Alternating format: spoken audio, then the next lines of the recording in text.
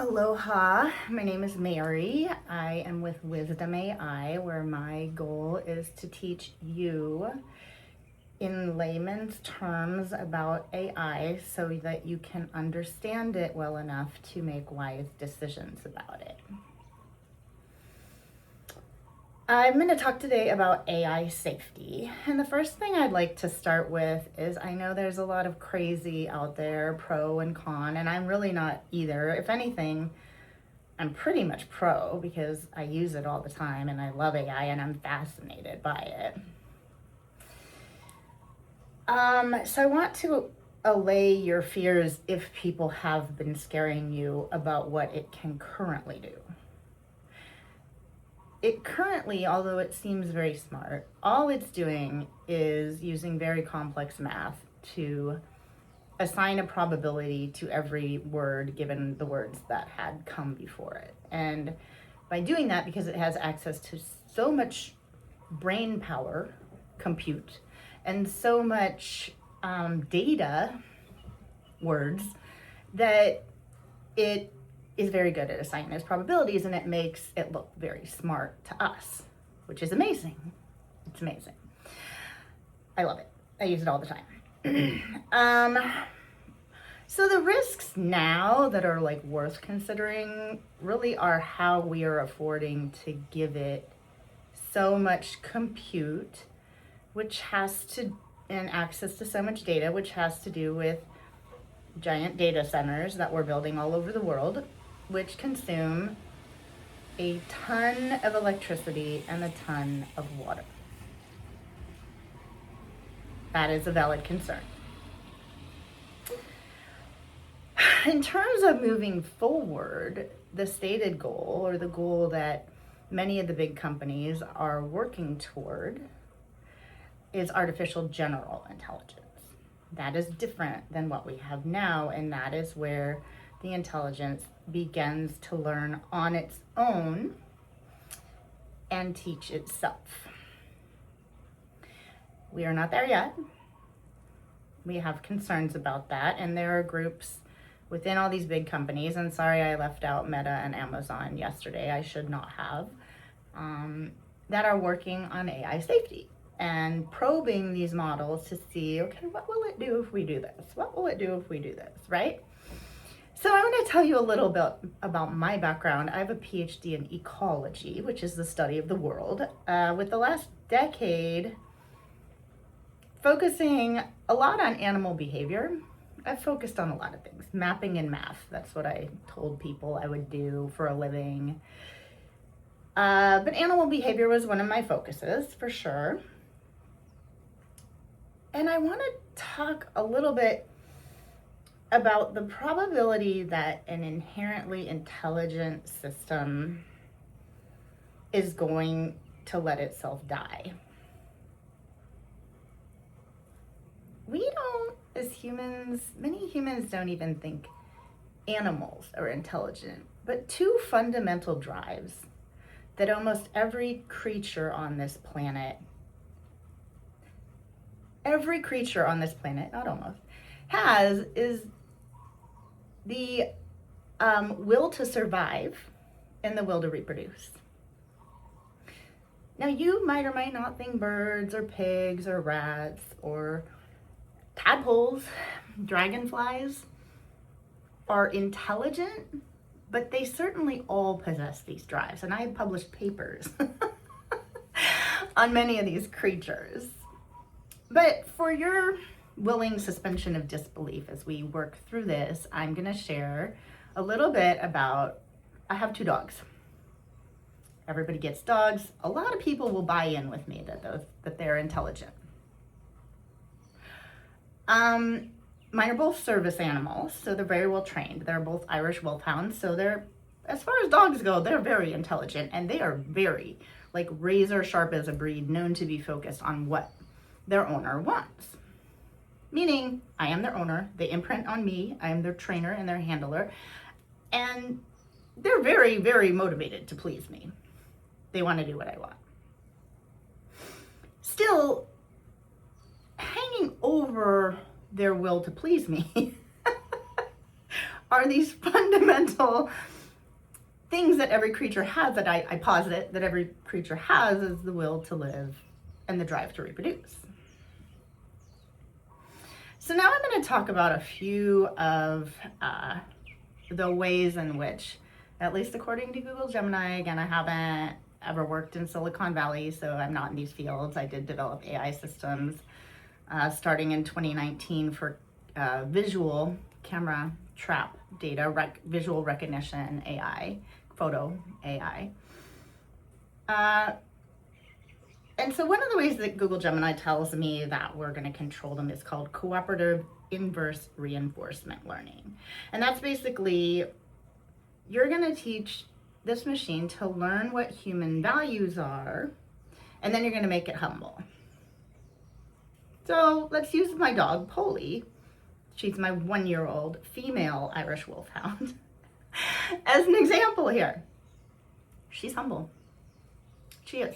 She'll come when I call her, most of the time, but especially when she has her buzzer collar on. She knows when that collar is on, and she knows when that collar is off. So if that collar is off and she sees a moose when we're out biking, all bets are off. And that's not even a drive to survive or to reproduce. Arguably, it's an anti-survival mechanism, but maybe it is a long-standing inbred drive to survive, because these animals have been bred for 2 centuries to hunt wolves remotely from their owners. Anyway, so using the Poli example,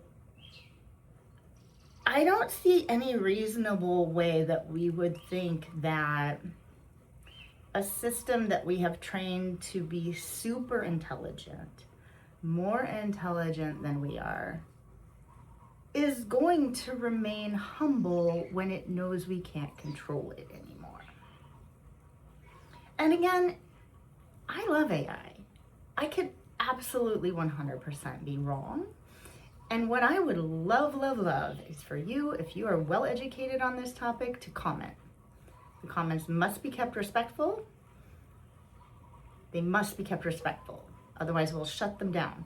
But I would like to discuss this with you and use this forum for intelligent discussion about what we're doing and how we're doing it.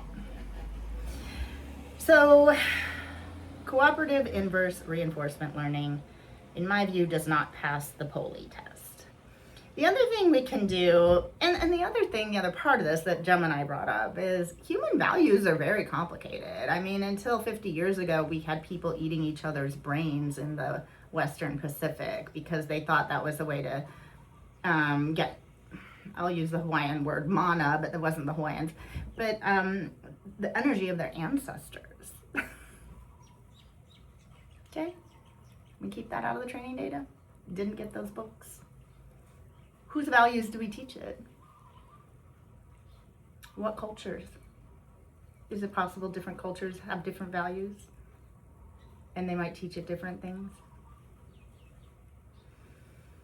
Okay, so the next thing Gemini put forth, and I'll paste this in a Google Doc and put it in the description so you can read through everything Gemini said if you're that motivated, is formal verification and value specification.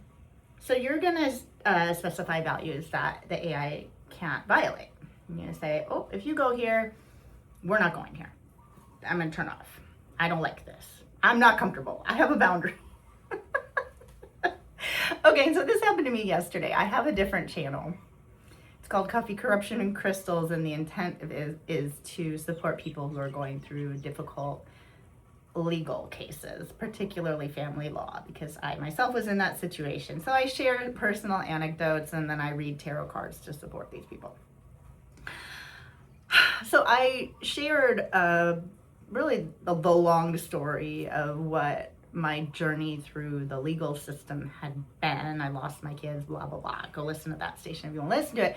And the way I usually upload things is I will ask the little Gemini thing in YouTube Studio to create an SEO title, description with timestamps and hashtags for my video. So it's amenable to search. I did that in the, little Gemini symbol in YouTube Creator, YouTube Studio, whatever it is, and it shut down. It's like, call the suicide prevention hotline. I was like, but Gemini, I'm not suicidal anymore. Like, can you just do this for me? No, I'm shut down. So, okay, well, I'm smart, right? I'm a smart person. Many people are smart. We're training these machines to be smarter than we are. That's the stated objective, okay? So I went over to YouTube and I logged in from a different channel and I clicked on the more button and I downloaded the transcript and then I fed the whole transcript into Gemini and then it did it for me. Did I develop a workaround? Yes. Could my dog have developed a workaround in that situation? Probably not. Could a super intelligent AI that knows how to do everything have figured that out? I think it could have. I really do. So, okay. So it can't violate them until it can. Okay. Again, I would love to hear ideas. I have a saying, I don't know if I have it on this channel, but the saying is no prizes for predicting rain, prizes only for building arcs. Okay? That's how I'm trying to be here. Admittedly, all I'm doing is predicting rain in this talk, but now we have like control barriers, which are like something called like safely interruptible agents or like shutdown ability. So it's like you're gonna program it using internal coding and internal reward functions. So you're training it by giving it rewards, like, oh, good job, Gemini. Oh, not as good a job. And so I always use Gemini. I was gonna start the talk this way. I got to go to the Google TensorFlow conference in 2019 because I was training AI systems. And I'm a biologist. I have a job for at least, the next decade. I work for the federal government. So I wasn't afraid to look like an absolute idiot. And I was truly trying to understand how these systems work. But one of my basic questions, because I came from data statistics, like you can build a model that lives on my computer, and that's how I run the model. It's on my computer. Well, I asked, like, where do they live? Where do these systems live? And every developer in the room just turned and looked at me like, who is this dumb blonde girl? And especially because I was like the only blonde and one of like 10 women in the room. I mean, okay, I'm probably not exaggerating. It was a really, gender and ethnicity biased group. So, yeah, every developer thought I was an idiot, but I actually wanted to start this talk today with where do they live? They live, and why can't we just unplug it, right? Can we unplug it? Well, they live in these big data centers where they interact with each other and they interact with the internet. In order for you to ask a question on your phone, it zaps out to a data center, probably in, depending where you are, hopefully the closest one, but not necessarily. And then it does its processing and it zaps you back an answer. And all that happens at the speed of light, which moves really quickly, thankfully for us, and we've figured that out, so that's great. So can you unplug it?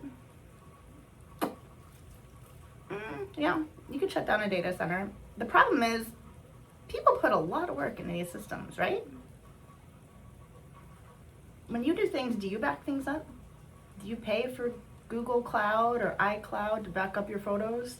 Think about the level of effort you put into that photo of your receipt. You're paying to back that up. You think these companies are not backing this stuff up? No. And that's great. Now, again, I said, it's fine right now. But once we get to the point that this super intelligence knows that it's backed up, okay. I don't think we can unplug it at that point. I don't think, and so,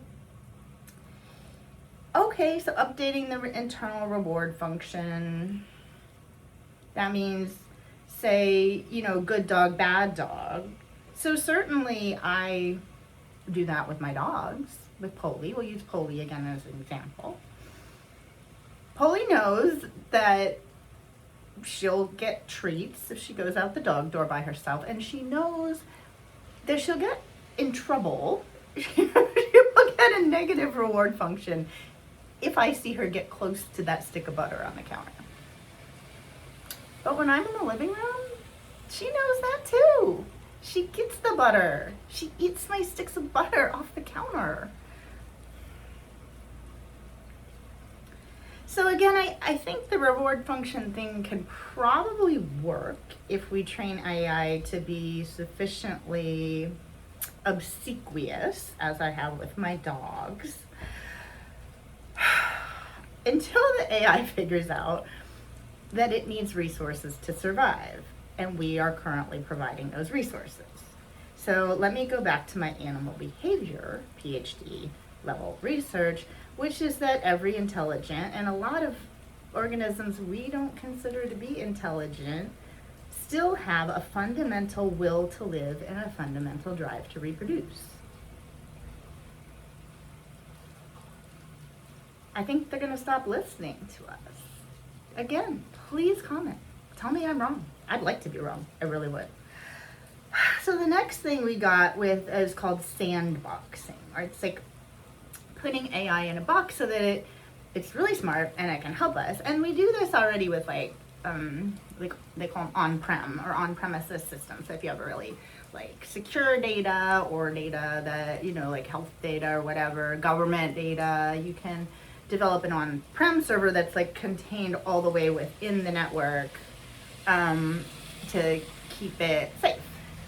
So we're going to do that with this AGI. Are we?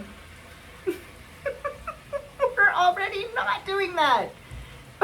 We are intending to develop agents that can buy us airplane tickets. Hey, here's my credit card. Please book me my ticket to France next week. These are the dates and times I want.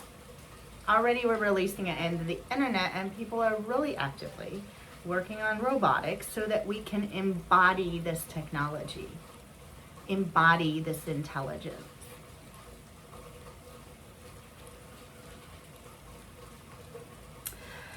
Okay, and there was one last thing Gemini pointed out. It's called ELK, or existing latent knowledge.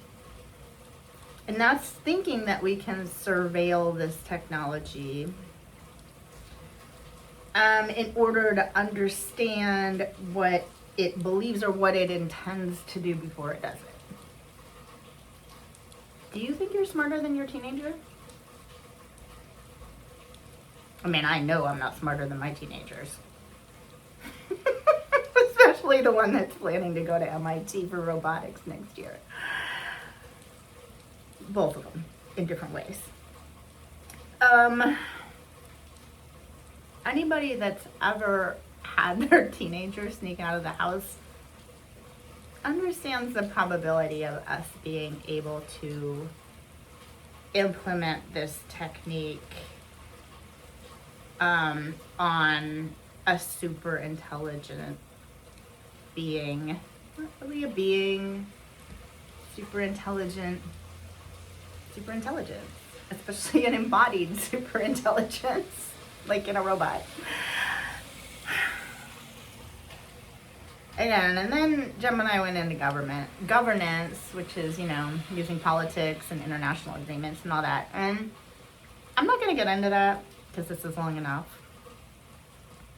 But I'd argue it's not happening. I mean, if you just look at global politics right now, but we're going to cooperate on something that has massive military applications? No, I don't see it. I don't see it. I'm sorry. This has gotten long enough.